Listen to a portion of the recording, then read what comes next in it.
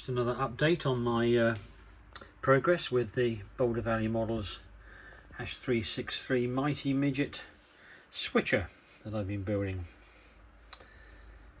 I've done some more work since the last video I posted.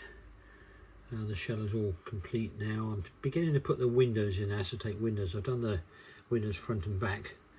I've been using this glue and glaze. In theory, if you end up getting any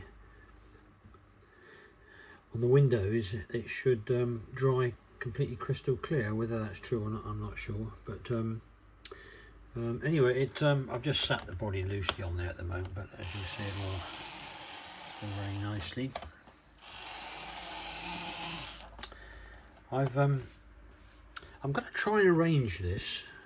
The instructions don't give you any clues how you might want to do that, so that the actual cab and hoods, which are all now, I've glued those together as one unit, which is not how they suggest it in the instructions. They in fact tell you to glue it to the foot plate. But the thing is, if you do that, there's no way you can get access to the cab again should you want to, for example, put a decoder in or keep it alive or anything like that in due course. So I'm not quite keen on that idea, so I'm going to try and have this removable. If I can do this one-handed and hold my phone at the same time, I might be able to quite easily. So that's what we're left with at the moment. So as you see, if I can somehow get that to come off and secure down, or maybe just sit loose, it will have some weights inside. You can see here there's some, I put some wheel balancing weights inside, two of them resin mouldings that tuck up just inside the cab area. Then of course you've got the actual, let's call it the chassis, which sits over the powered truck. I'm going to lift that off like so. But if I can achieve what I'm after, so that this can be removed separately and secured down, and ditto the cab and hood sit down over the top, then I've got lots of flexibility going forward. By the way, if you've watched my previous video, you know I mentioned that I found quite a few of the resin parts were warped. For example, the chassis here was quite badly warped, so when I glued the side frames on, I used that to try and straighten it out, which I've done. We've got the same sort of similar situation here. You see perhaps by one of my smaller fingers here, that side is slightly curved, as is the other side. It seems to be, I can't believe it's just this particular one. I think these resin kits, certainly from this generation, obviously this was produced, I don't know, 20 years ago or so.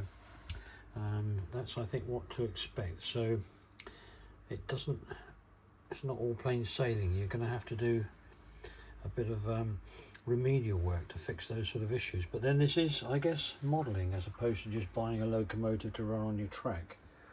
So there's an assumption that you are capable of doing these sort of things and have all the necessary tools, etc., to carry that out. So I'm going to press on with the windows then. There's a few other little minor things to do, and then I'll get around to seeing what I might be able to do to secure it. Possibly tiny little magnets, that might work, little tiny miniature button magnets.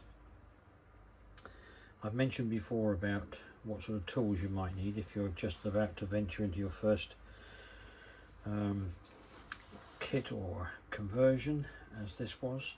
If you watch my other videos, I've got plenty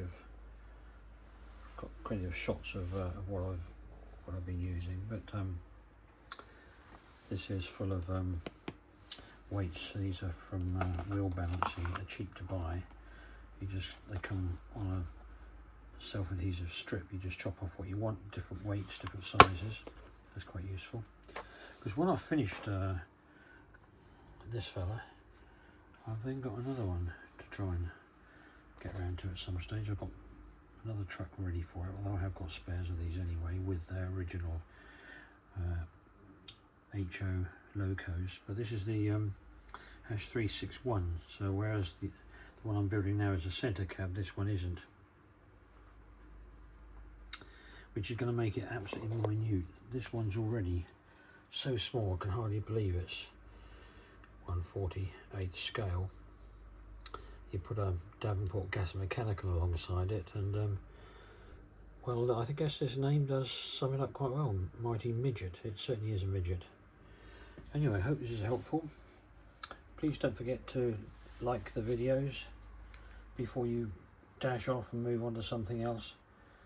This isn't a monetized channel, and you've obviously, perhaps you're a subscriber already to my Black Dog Mine channel, but if not, then you've obviously found this particular video, stumbled on it. But if you're liking the video, it's going to help other people to find it as well. So please don't forget, it's actually really important. And obviously, if you haven't already subscribed to the channel, why don't you do that? There's over 50 videos already there. I've got quite a lot of other loco projects, which I hope will be interesting to watch in the coming weeks and months ahead. Good luck.